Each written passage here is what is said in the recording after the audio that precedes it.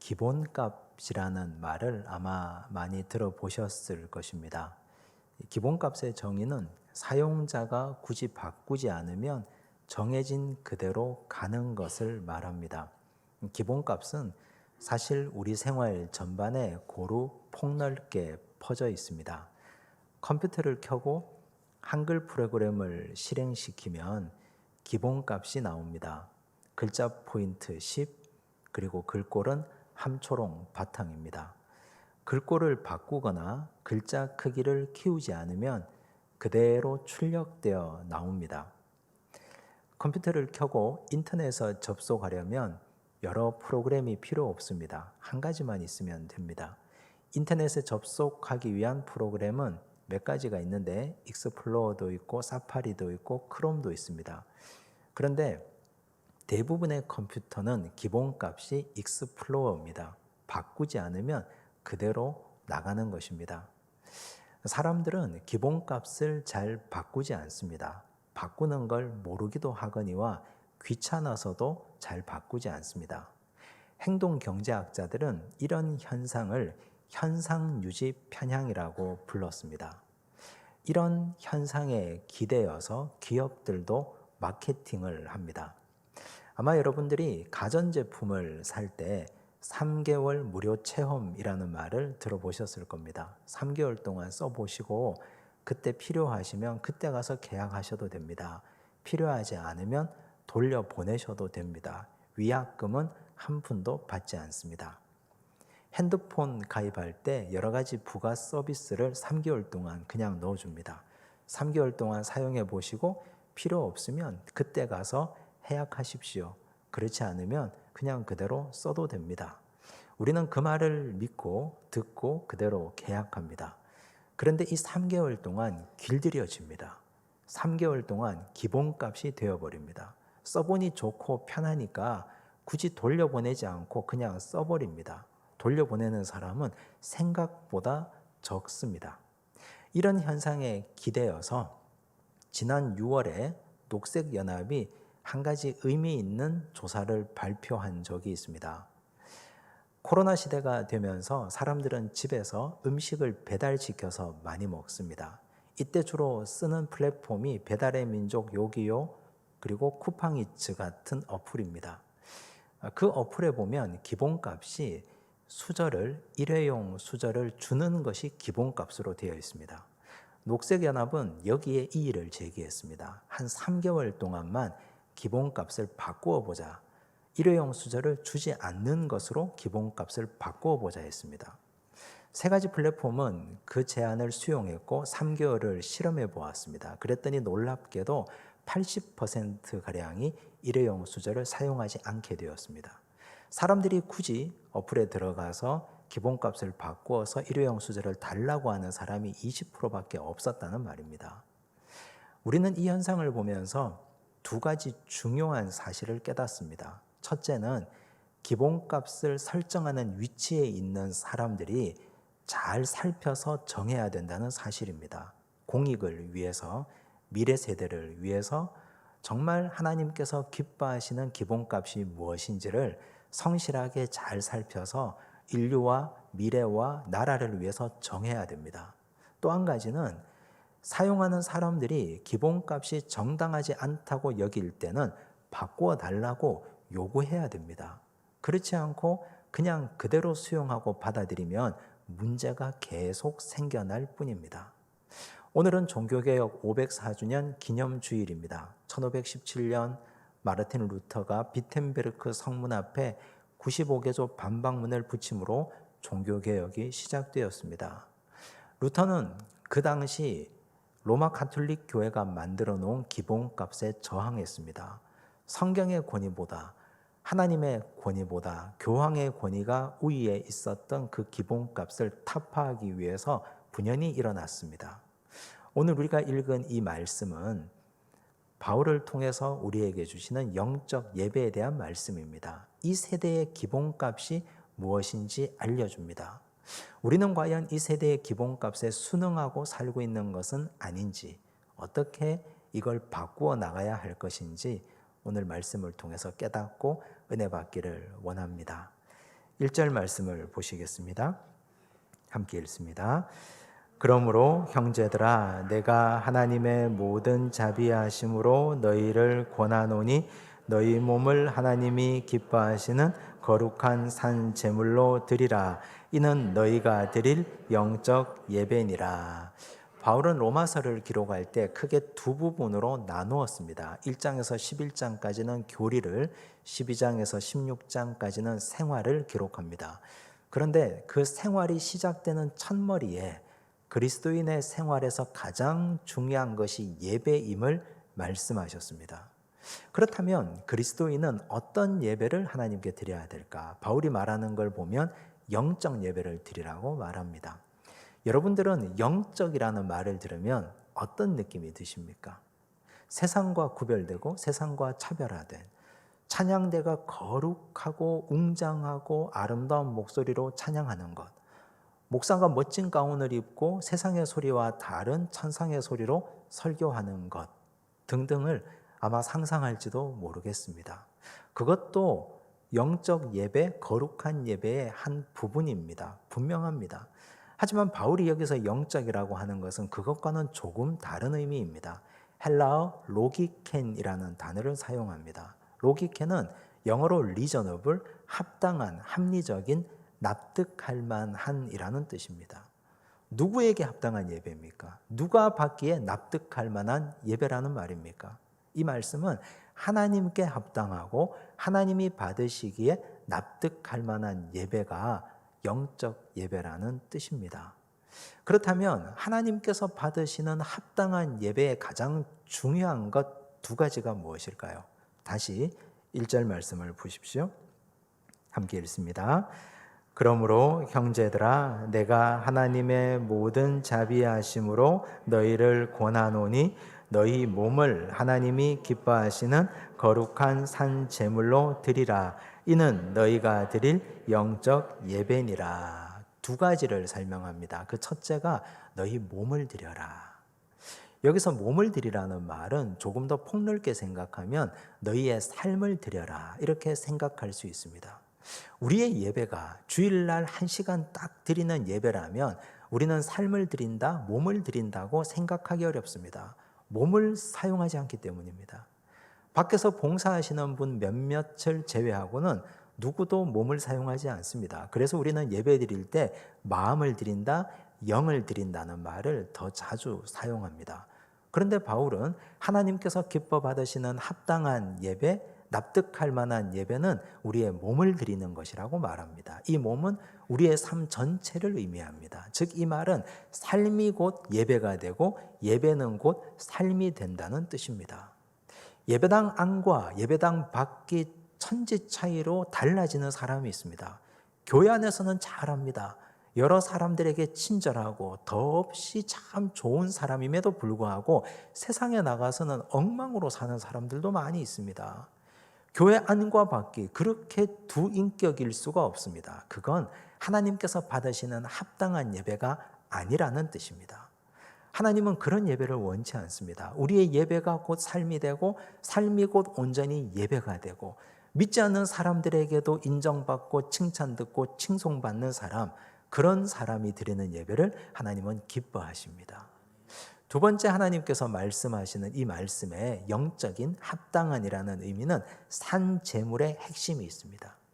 산 제물을 떠올려 보면 아브라함이 모리아 산에서 아들 이삭을 번제로 묶어드린 예배를 생각할 수 있습니다. 이것은 아브라함이 원한 예배가 아니었습니다. 세상에 어떤 아버지가 아들을 번제로 드리고 싶겠습니까?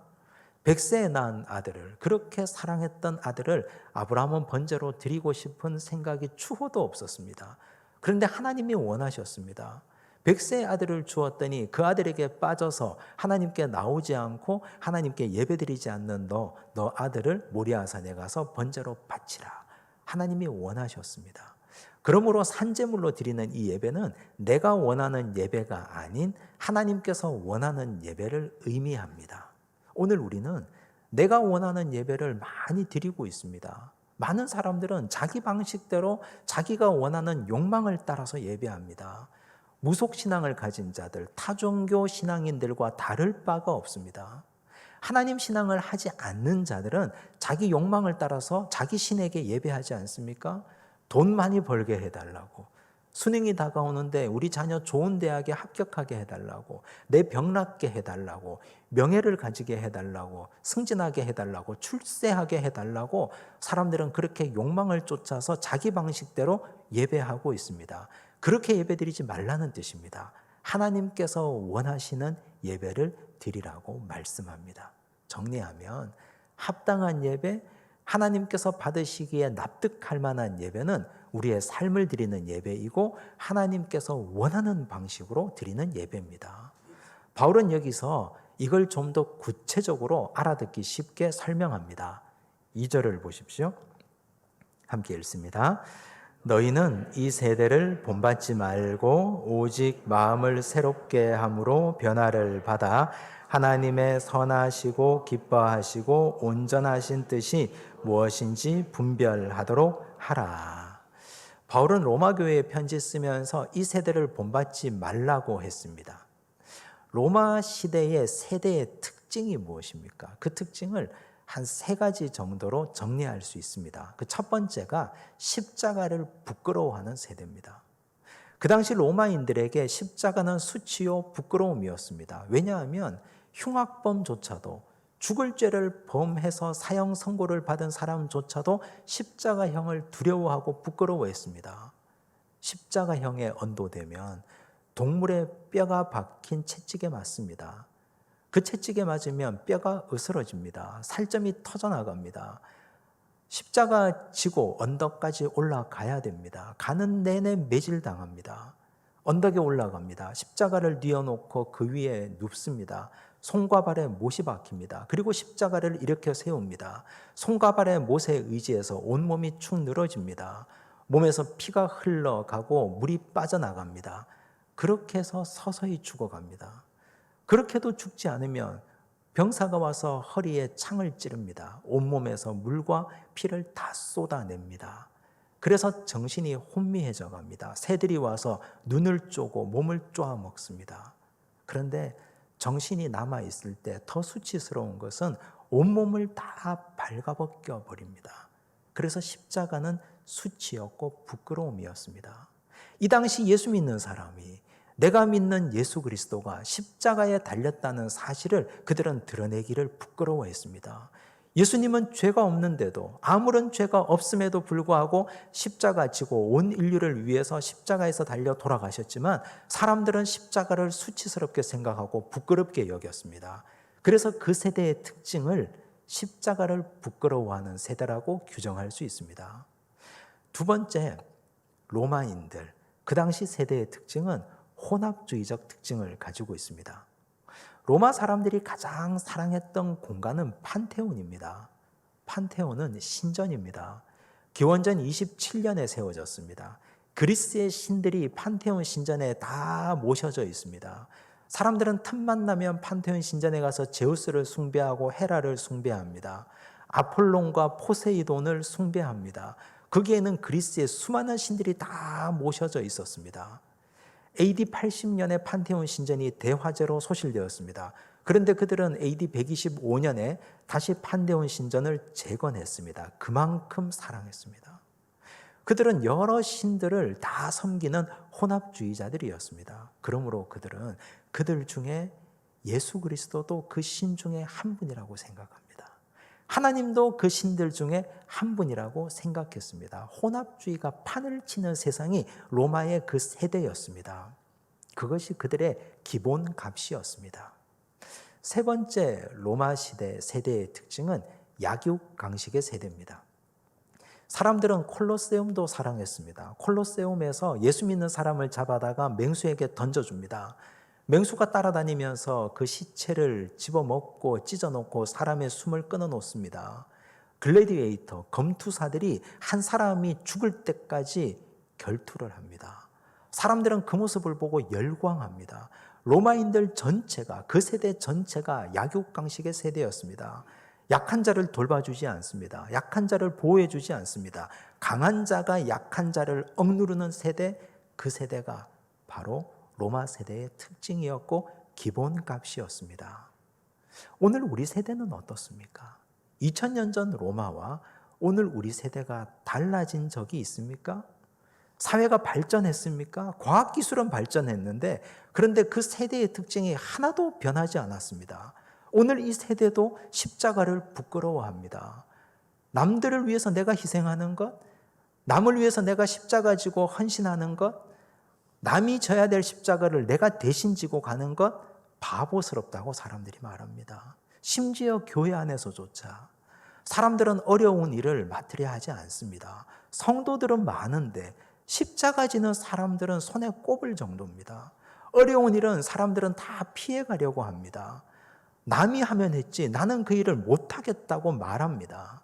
십자가를 부끄러워하는 세대. 교회 안에조차도 십자가가 싫어지는 이 세태를 우리는 지금 목도하고 있습니다. 이것이 기본값이 되어 있습니다.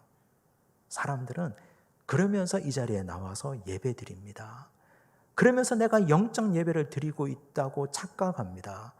그런데 바울이 말한 것에 의하면 이건 하나님께서 받으시는 합당한 예배가 아닙니다.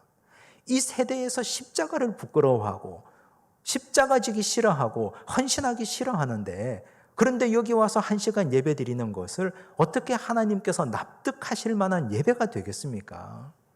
교회도 마찬가지입니다. 교회 전체가 이 사회의 십자가를 지는 존재고 공동체입니까? 그렇지 않습니다. 오늘 이 시대의 교회가 어떻게 하면 이 사회에서 내가 이익을 볼까? 이익 집단으로 전락한 지 오래입니다. 교회도 사회의 십자가와 짐을 지려고 하지 않습니다. 사회에 연약하고 약한 사람을 돌보는데 교회가 앞장서지 않습니다. 사회에서 맡겨진 십자가 지지 않고 성도들은 교회 일에 십자가를 지지 않는 이런 악한 세대가 이 세대의 기본값이 되고 말았습니다. 혼합주의는 어떻습니까? 우리는 하나님을 섬기면서 돈도 섬깁니다. 하나님을 섬기면서 자식도 섬기고 하나님을 섬긴다고 하면서 출세하고 싶고 명예도 섬깁니다. 대선 주자들이 절에도 가고 교회도 가고 성당도 가는데 우린 그걸 당연하게 받아들입니다. 이것이 오늘 이 세대의 기본값이 되고 말았다는 뜻입니다. 약육강식의 세대는 어떻습니까? 약한 자를 돌보아주고 그들의 울타리가 되어줘야 되는데 그런데 내가 너를 짓밟지 않으면 내가 오히려 너희에게 짓밟힐 수밖에 없으니 나는 너를 딛고 올라서겠다는 것이 이 시대의 기본값이 되고 말았습니다. 그런데 우리는 멀쩡하게 이 자리에 나와서 예배드립니다. 하나님은 이런 예배를 합당한 예배라고 말씀하지 않습니다. 이 세대를 본받지 말라고 말씀하셨는데 이 세대를 이기고 이 세대를 거슬러 올라가고 이 기본값을 바꿀 때 하나님은 이 예배가 합당한 예배라고 말씀하십니다. 루터 시대는 어땠습니까? 루터가 목회하던 그 시절의 기본값은 교황입니다. 교황 레오 10세가 면죄부를 팔았습니다. 베드로 대성당을 증축하는데 건축원금이 부족했습니다. 그래서 고안해낸 것이 면죄부입니다.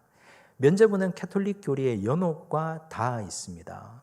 이런저런 이유로 천국에 바로 올라가지 못하고 연옥에 있는 영혼들은 면죄부를 사는 순간 그 면죄부의 돈이 헌금함에 땡그랑하고 떨어지는 순간 너희 조상들의 영혼이 연옥에서 천국으로 올라갈 것이다 설교했습니다. 성경에 그런 말이 어디에 있습니까? 구원받는데 돈으로 구원받는 말이 성경에 어디에 있습니까?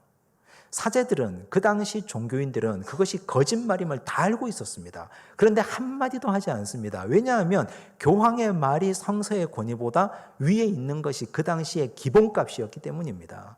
아무도 말하지 않습니다. 루터 혼자 말했습니다. 루터가 성경을 읽어보니 오직 믿음으로 오직 은혜로 구원받는 말씀은 있는데 돈으로 구원받는다는 말씀은 찾아볼 수가 없었습니다. 루터가 집안이 좋은 것도 아니고 그가 배경이 좋은 것도 아니고 그가 힘이 있는 것도 아니고 용사도 아니었습니다.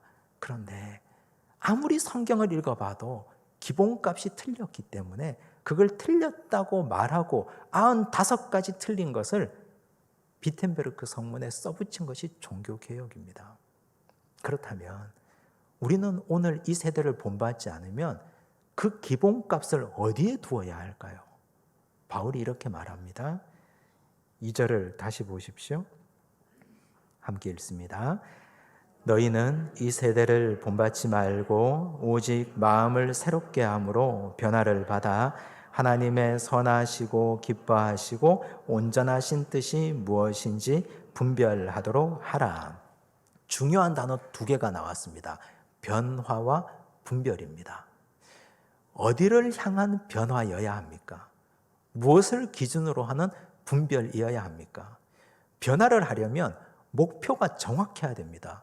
무엇을 향한 변화인지, 어떻게 변화되어 갈 것인지가 중요합니다.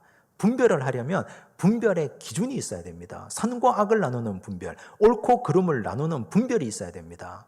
내가 오래 살아봤더니 내 경험상 이건 아니야 라고 말하는 건 영원 불변의 분별의 기준이 될 수 없습니다. 정확한 분별의 기준은 살아계신 하나님의 말씀밖에 될 수 없습니다. 말씀을 향하여 변화되어야 하고 말씀을 기준으로 분별할 수밖에 없습니다. 그것은 시비거리가 남지 않습니다. 영원한 언약의 말씀이기 때문에 그렇습니다. 어제나 오늘이나 내일이나 영원토록 살아계신 하나님의 말씀을 향하여 변화되고 그 하나님의 말씀이 기준값이 되어서 그 하나님의 말씀이 분별의 근거가 되어야 합니다. 그래서 루터는 성경을 성도들에게, 백성들에게 들려주고자 했습니다. 루터 당시에 성경은 다 라틴어 성경이었습니다. 까막눈인 성도들이 읽을 수가 없습니다. 그런데 가격도 비쌌습니다. 그 당시 화폐로 약 500굴덴입니다. 오늘날 우리 돈으로 약 5억 원 정도 됩니다. 상상이 되십니까? 라틴어 성경이 5억 원이라니. 집에 갖고 있을 수가 없습니다. 우선은 돈이 없어서 그 성경을 살 수가 없고 돈이 있어도 사도 읽을 수가 없습니다. 까막눈이라서. 그런데 그것이 그 당시의 기본값이었습니다. 사제만 성경을 읽는 것이고 도서관에만 성경이 있는 것이고 성도들은 무식하니까 성경을 읽을 필요가 없다고 생각했습니다. 그래서 그들은 거짓말을 한 것입니다. 그래서 면죄부를 그렇게 팔아먹을 수 있었습니다. 루터는 이것이 잘못되었다고 생각합니다. 성경을 번역합니다. 독일어 성경을 번역했습니다. 바르트부르크 성에서 성경을 열심히 번역했습니다. 루터가 성경을 번역하고 하나님의 은혜로 인쇄술이 발전해서 그때부터 성경은 500굴덴에서 1.5굴덴이 됩니다. 오늘 우리 돈으로 약 150만 원 정도의 돈으로 떨어집니다. 오늘 우리가 생각할 때 성경 한 권이 150만 원이라 하면 누가 사서 읽겠습니까? 그런데 루터의 성경이 날개 돋친 듯이 팔려나갔습니다. 그만큼 사람들이 갈급했다는 증거입니다. 그렇다면 루터 이전에는 독일어 성경이 없었느냐? 그렇지 않습니다. 여러 판본들이 있었습니다. 뜻을 가진 사람들이 라틴어 성경을 독일어로 번역했습니다. 그런데 사람들에게 외면당했습니다. 왜냐하면 어려운 독일어로 되어 있었기 때문입니다. 배운 사람들만 이해할 수 있는 고독일어로 되어 있었습니다. 그런데 루터는 시장통 언어로 독일어를 번역했습니다. 라틴어 성경을 배운 자나 못 배운 자나 독일어만 읽을 수 있으면 누구나 다 알아듣고 은혜 받을 수 있는 시장통 언어로 독일어 성경을 번역했습니다. 사람들은 거기에 은혜 받았습니다. 성경을 읽어보니 속았다는 것을 깨닫습니다. 면죄부는 성경 어디에도 찾아볼 수가 없었습니다. 그래서 루터는 기본값을 성경으로 되돌려 놓은 종교개혁의 핵심 인물이 되었습니다. 개혁은 좌파적인 개념으로 때려 부수는 것이 아닙니다. 종교개혁은 모든 것을 다 뒤집고 갈아엎자는 것이 아닙니다. 원천인 성경으로 돌아가자는 운동입니다. 하나님의 말씀 성경으로 돌아가고 우리의 기본값이 이 세대에 기초하지 않고 하나님의 말씀인 영원불변한 진리의 말씀에 기초하자. 이것이 종교개혁의 핵심이고 본질입니다. 오늘 우리는 어떻습니까? 성경은 누구나 다 읽을 수 있습니다. 값싸고 좋은 성경이 정말 잘 번역된 성경이 우리 손에 들려 있습니다. 그런데 왜 오늘 우리는 기본값이 이 세대를 따라가는 것입니까? 십자가 지기 싫어하고 혼합주의에 물들어 있고 약육강식의 세대에서 헤어나오지 못하고 있는 것은 우리 손에 들려진 성경을 읽지 않고 있기 때문입니다. 기본값 자체가 틀렸기 때문에 우리는 여전히 방황하고 문제 가운데 헤어나오지 못하고 있습니다. 다시 말씀으로 돌아가셔야 됩니다. 열심히 성경 읽고 열심히 묵상하고 열심히 성경 공부하고 하나님의 말씀을 내 삶의 기준 가치로 붙잡고 그 가치로 세상을 판단할 수 있어야 됩니다. 그런 성도들이 많아지면 우리가 손잡고 연대할 수 있습니다. 그래서 세상을 향하여 소리 높일 수 있습니다. 기준값 자체를 바꾸라고 말할 수 있습니다. 루터가 그런 동역자들의 손잡고 종교개혁을 이루어간 것처럼 우리도 다시 말씀으로 돌아가서 기준값을 온전히 바꾸시고 그 기준으로 세상을 보고 이 세대를 판단하고 분별하시고 변화받는 믿음의 백성들 되시기를 바랍니다. 하나님은 이런 삶 전체를 합당한 예배, 하나님이 받으시는 예배라고 말씀하셨습니다. 기도하겠습니다. 하나님 아버지 감사합니다. 영적 예배를 드리고 싶습니다. 합당한 예배, 하나님께서 기뻐 받으시는 예배를 드리고 싶습니다. 그러나 오늘 우리는 하나님의 말씀인 성경이 우리 손에 있으나 읽지 않고 공부하지 않고 묵상하지 않아서 이 세대를 따라가고 있습니다. 그러면서 세대 탓을 합니다. 핑계합니다. 하나님 다시 말씀으로 돌이킵니다. 하나님 말씀이 우리 삶의 기준값이 되게 하옵소서. 세상의 기준값에서 헤어나오게 하시고 벗어나게 하시고 오직 하나님의 말씀, 영원한 생명의 말씀이 기준값이 되어서 우리의 삶을 변화시키는 능력이 되기를 원하오니 하나님 우리와 함께하여 주시옵소서. 모든 말씀 예수님 이름으로 기도드리옵나이다. 아멘.